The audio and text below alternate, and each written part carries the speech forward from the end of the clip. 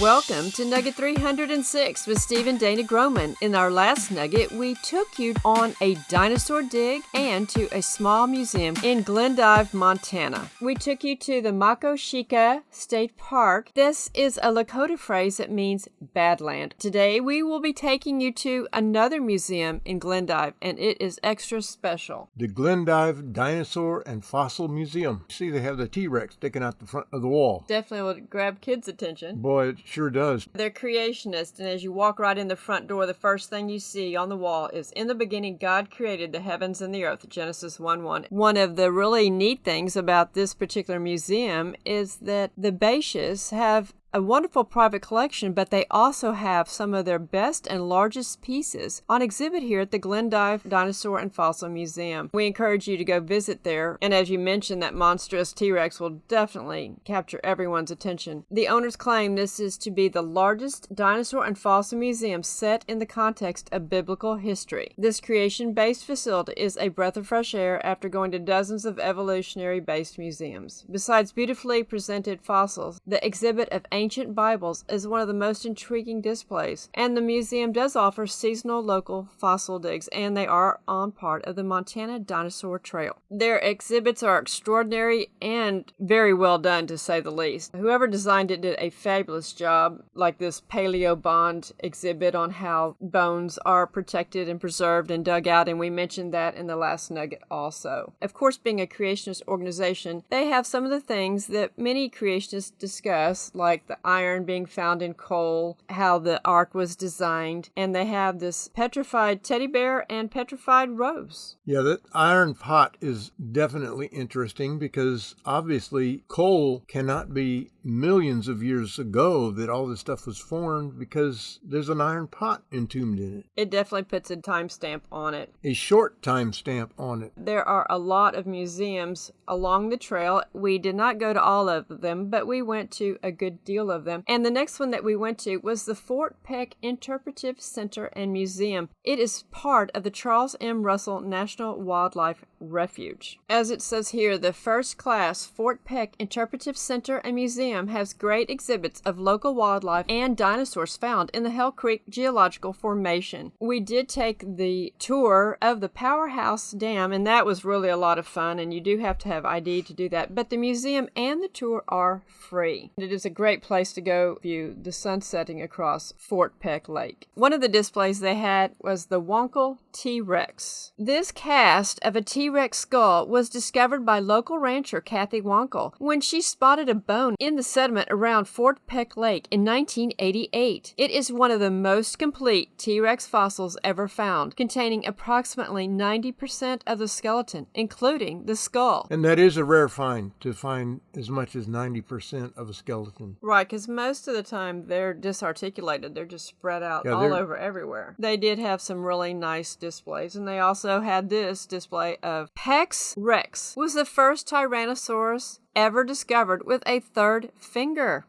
It was previously believed that Tyrannosaurids had only two fingers. The third finger can be seen on the right hand of the cast. The rarity of excavating a nearly complete furcular or wishbone is another important recovery unique to this specimen. And as they're mentioning here, these are cast. Many times when you're looking at bones and dinosaurs at these museums, they're not the actual bones. The real ones are in a more famous museum or tucked away in storage. Or a lot of times there'll be a single bone, a femur or humerus, a large bone on the ground in front of the skeleton. Many times they have them where you can touch it. Right. And that's always fun. On our next stop along the Montana Dinosaur Trail, we will be going to the Phillips County Museum and the Great Plains Dinosaur Museum and Field Station in the tiny town of Malta. If you appreciate our content, tell others and repost on your social platforms. Hope you're enjoying our trek and trip down the Montana Dinosaur Trail. Thank you.